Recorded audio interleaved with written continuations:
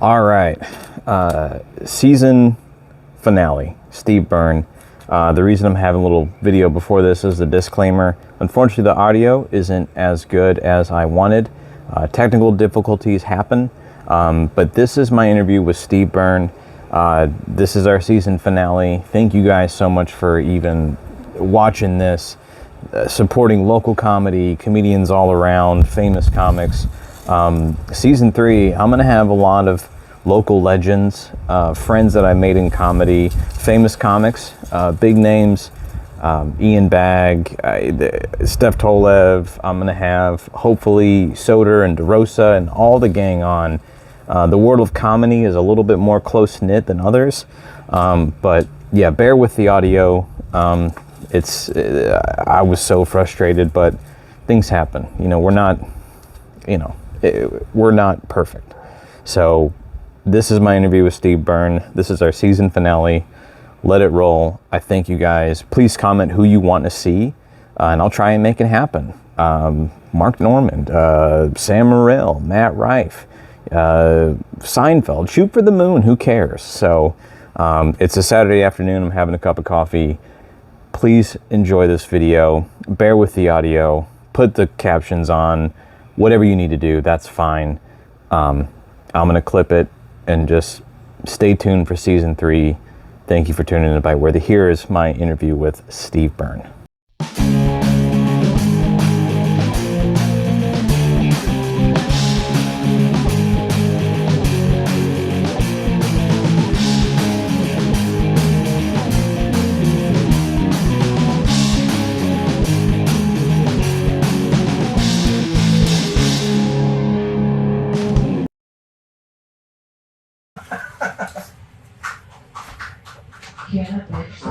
Here we go. Thank you guys for tuning in to Biteworthy. It's the show where I take comics, both local and famous, out to their restaurant of choice. We're not in a restaurant, we're in a green room. We're in a tiny, compact green room at a mafia-run diner. And not against our will, we're here on our own volition. Yes. Biteworthy is a term that I'm trying to coin, and biting material is like the cardinal sin in comedy, where you don't steal material, mannerism, anything like that, but it fucking happens. And a bite-worthy comic is a comic that has something worth stealing, whether it's like a joke, a mannerism, a punchline, their cadence, their voice, anything. You have a lot to pull from. So this comic is no exception. You have seen him on, you've been fucking everywhere. Everything. In comic for years and years. Someone walked to me and goes, "You're going to talk to the guy from Comic View?" I said, yeah, that's of all the, that's the credit. From Comic View. That means everything to me. Leno, Comic View, 4 specials, Sullivan Sons. He's written, produced movies. Steve Byrne. Yeah. Hey, we did it. We're here. We really did it. You're I gotta say, you're a comics comic. You have a 100% batting average when it comes to when I bring your name up. Yeah. You're 100% beloved. It's rare that a comic has that. Well, that's right. I think it's well, that's very kind of you to say, and I think it's I don't know where that. I think I'm always trying to be nice to everybody along the way, whether you're on the way up or on the way down, or it doesn't matter. You just want to be kind to everybody, respectful. That's it. Yeah. I'm a fan, such a big fan, because let me tell you, I multiple comics that I know, and I'm only a year and a half in. I know you're not supposed to say that they didn't make it, but multiple comics, Tim's like, oh, he gave me this guest spot at the Tampa Improv, or he let me go up here. Sure, let me do a guest spot there.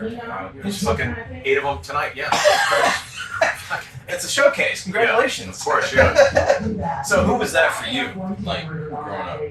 I don't know that it was that way for me. It was just all the New York comics, I think, was always, I passed at the cellar pretty early, like 2 years into my career, So, then I'd be out on the road doing colleges, and then I'd see Norton or Jim David or Rich Voss or Keith Robinson or Patrice or Geraldo or Colin Quinn at a club. Like, hey, I'm down the street, can I come by? And yeah, of course, come do some time. So all those guys were so supportive, and I know what it's like to sit in the back of the room and look up on stage and pine and just pray to God, boy, it's Saturday, it's packed, I'd love to get up there tonight, or whatever the case might be. And so I was always like, if I see a comic in the back sitting by himself, I'm like, well, go up and just do 5, yeah, have fun. Yeah, so that's it. So it was very fraternal, like that. I think so, yeah, and then hopefully these individuals do the same thing for somebody down the line, and that's the only way people get better. That's the only way people get experience. You gotta give them a chance. Yeah, for sure. Absolutely. Not only do you support comedians, you support the troops, military. You've done a bazillion military shows. And I want to ask you, like, just rattle off, what's the best branch to like party with? What do you think? Jarheads, wing wipers, squids, whatever. Well, Air Force is spoiled. Right. So I wouldn't say that, but probably Army. Army's like Army's legit. They're there for a year and a half. They, I don't know. I went over to Iraq and Afghanistan multiple times to do things at the height of the Iraq conflict. Afghanistan, we've obviously drawn down since then, but Europe I've been to once or twice, Asia once or twice, and I'd say, like, when you go to the Middle East, that's when they're, like, they generally, they need it. Because, like, if you're in Europe or Asia, they can still go off and fuck around and have fun. But like, Middle East, it's like, there's nothing to do. Nothing to do. So you are the reminder of home. You are the semblance of, like, a postcard of loved ones to people that they miss. So, you just try to do your best to let them know, hey, we appreciate what you do. And I think when you do those USO shows, you got these people that are missing out on Christmas, New Year's, birthdays, first steps, all the things that a parent or, somebody young and in love misses, and you're just there to kind of, like, remind them, hey, there's still people that care about you and appreciate what you do. That means a lot, because my grandpa's a sniper, and he could have used a lot of Asians. I'm Asian. I love it. Confirmed. So, speaking of Asians, you love Korean and Irish. Yep. Famously, talk about it, Caucasian. And Asian, which makes me Caucasian. Killer joke, simple, silly, great one. So being from Korea and from Pittsburgh, so I'm gonna give you, like, this or that Korean versus Pittsburgh food style, because we gotta talk about food, at least if you're not gonna eat. Good toast or Primanti Brothers sandwich. I'm sorry. That's the greatest sandwich voted by Food Network. Fries on the side. Fries, coleslaw, your meat that you choose, whether it's pastrami, cheesesteak, whatever. What do you love, pastrami? I do everything. I switch it up all the time. But the deal was that Pittsburgh is a city that still doesn't have a grocery store downtown. Well, what happened is people go to the strip district to go grocery shopping. So the truck drivers come in, deliver produce and meats. What happened is that basically everybody would deliver all these things. The truck drivers didn't have enough time to sit down and have a real meal. So they didn't have enough time to eat their protein, meat, side of French fries, coleslaw, and the drink. So what they did was they just said, fuck it, we'll just put it all in a sandwich, eat it on your way out, and that was it. So that was the beginning of Primanti Brothers, and that has gone on to be voted, like, the Food Network and so many other food, appreciation websites and everything, to be the #1 sandwich across the country. It's I knew it was infamous. Isn't that Pittsburgh's motto? Fuck it. Isn't it right? Probably, yeah. When it comes to ranch dressing, yeah, fuck it. Fuck it. Yeah, fuck it. Here we go. I like it. Gochujang or Heinz ketchup? No one's ever asked me that. No, I mean, we're talking condiments, but everything I eat is probably, I mean, I have fries with every meal, so probably ketchup. But it's also You gotta tell, you're so lean. You're so lean. A place that really has really good Goldie, or the original Oyster House. Oh, come on. Galbi. I'm trying. Oyster House is historic. It's one of the older bars in Pittsburgh. It just got renovated. It's a great spot. But Korean barbecue, I could eat like candy. It's like Jolly Ranchers to me. It's like I could just keep eating it, and I never get full. And it's good galbi, I'd say great galbi is something where once you have a taste, you literally can't stop. It's so fun. I believe that. 'Cause there's a place that's called Cute, and it's right down the road from me, and it's $25. I'm sitting there for 3 fucking hours. I'll write jokes, get 192 grams of protein in. The greatest. It's so good. Yeah. You being, like, I would imagine being Korean Irish, it's bulgogi and potatoes 24/7. It's potato famine and rice all day long. Yeah, a lot of carbs. Oh, Mr. Rice Guy. That's one of my favorites. No more Mr. Rice Guy. Mr. Rice Guy for a while. I gotta bring that back. Can I tell you my favorite joke of your special? Sure, The yeah. last late night streaming now. Please go watch it. Okay.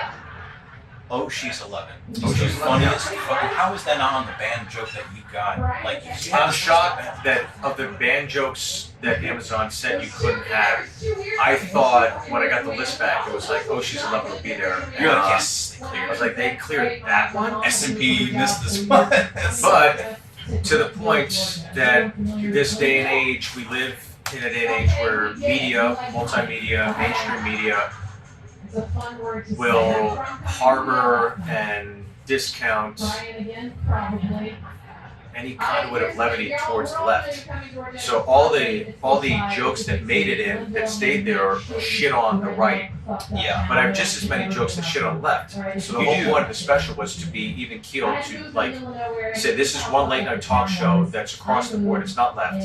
It's across everything. I'm gonna piss everybody off. And then when Amazon came in and saw the jokes and they skewered it, neutered it, and said we're gonna take these out, I'm like, now the balance of power skews left, which is every late night talk show. So why are you doing that? That's the whole point. But this could be something different. Right. And they took it out, and it's a big lesson. It's a big lesson for me. The lesson is don't fucking put your hour special on Amazon. Just fucking order it. Just put it on YouTube like everybody else. Wow. Getting gold here, people. Wow. I want to ask you. You can't make me laugh, Mo. Shit. What's up, Germs? I want to ask you in terms of the offensive tide. Is it? That's not for me, is it? What are you doing? I got to look at this. Just gotta go. Bring in one. I was like, it's been like. Take it here. I got this business back, though, don't you worry. I started doing pageants Cheers. while I Big was Goose doing Steve there. Byrne. And then your Miss Sweetonia pageant, and What I is it, fucking Jameson? won, hands down. Free. Yeah, it's free. It's not just because I had all You- my teeth, but Oh, I don't drink it straight. I think it was a part of it. Do you think it's changing I the ended up offensive doing tide? pageants for a long time. Anybody who judges me professionally. Do I think the offensive tide is changing? In the Yeah, because you hit hard in your comedy sometimes. You punch, man. Because like in your new special, your chink joke is nobody would say that. Nobody has, I guess, the guts, or I don't know. You're probably not good enough to get away with that. Probably not Asian. Do you think crowds, apart from like the Twitter crowd, which But is a cesspool? I think it doesn't matter. I think what matters is that it derives from my own experience. It's authentic, and I'm just saying, here's what happened to me when I was a kid. Here's what happened to me when I was 38, when I had a TV show on the air. So I think as long as it's like coming from a sincere, genuine place, that people will see that and appreciate it. But they'll only really appreciate it if you're saying something sincere, but you're still landing the plane. You're still landing a joke. So it's got to be funny. So the point is that you say something maybe personal, but it's still like funny at the same time. So that's the whole point of it all. Yeah. That's such a good joke. It's so good. What did you eat growing up? I mean, like I said, I joke about bulgogi and potatoes, but I mean, bulgogi, galbi, mandu, like all the Korean greatest hits, and then yeah, you know, my mom was a great cook. Spaghetti, home cook. everything, chicken parm, like she could cook anything. And How are you not Ralphie May? How are you not a fact fucking Ralphie May? Well, size? Ralphie May is my favorite overweight black female comedian of all time. I love Ralphie. Ralphie's the reason I live in Nashville now, because I used to talk to Ralphie, and I'll never forget the last time I talked to him was he kind of unloaded about the industry, and he's somebody where I didn't even think about it until you brought his name up, but I think he's somebody that would be bigger than he ever was in terms of ticket sales, relevance, because the industry never paid Ralphie any mind. but the comedy community always respected Ralphie. But now in this day and age where everybody's got a Wi-Fi connection, a camera, and some lights, and access to YouTube or SoundCloud or whatever it might be, Ralphie's somebody that would have destroyed in the podcast market because he never gave a fuck. No. And he would be, I generally, now that I think about it, I think he would be one of the biggest names in comedy working today, if not for his health condition, which he was always trying to avert and run away from, and do his best to be a good father to his children. But unfortunately, you know, it is what it is. It took him out, and there are occasions where I still think about him, and I appreciate the fact I live in Nashville. And it's really because of Ralphie, but he was one of those guys that was a genuine, authentic voice of comedy, and Wow. I genuinely, I truly respect and love the guy. Yeah, I can see how he was another one that's beloved. Like, bat in 1,000. Bat in 1,000 in terms of like respect for comedians. Man. One of the Those best touches. things. One of the best things you'll ever have. I imagine. Comedy. Holy shit! Yeah, the stories you can tell. I'm short. I'm Italian. What's my sausage party? Your sausage party. I would say Lil H. Dick. Okay. Okay. Yeah. Look. Buca de no. Maybe. Yeah. We'll go there. He's got it. We still got it, baby. Yeah. Yeah. Sausage party is one of those things where it's a bit I would do on the road, and I stopped doing it for years. And then Colin Jost, a good friend of mine, saw me perform at Gotham and said, "You got to keep doing that." I was like, "Get the fuck out! I'm done. It's a road bit." He's like, "But it makes people happy. You should keep doing it." And then I was like, "Oh, maybe I will do it." And so I started doing it again. He was right. It's just one of those things where you make people leave having a good time, but then it's just one bit that just takes it just a little bit further. It does. It's good. It's interactive. It's funny. You riff during it. You make fun of people. It's so good. It's all playful too. You hope so, yeah. But thank you. Always. Hey, last time you came here, you had ice thrown at you. It was fucking wild. It was wild. You dodged it like a ninja. It's in your blood. It is. You inspired me to write a couple one-offs. Sure. And so I'm just gonna.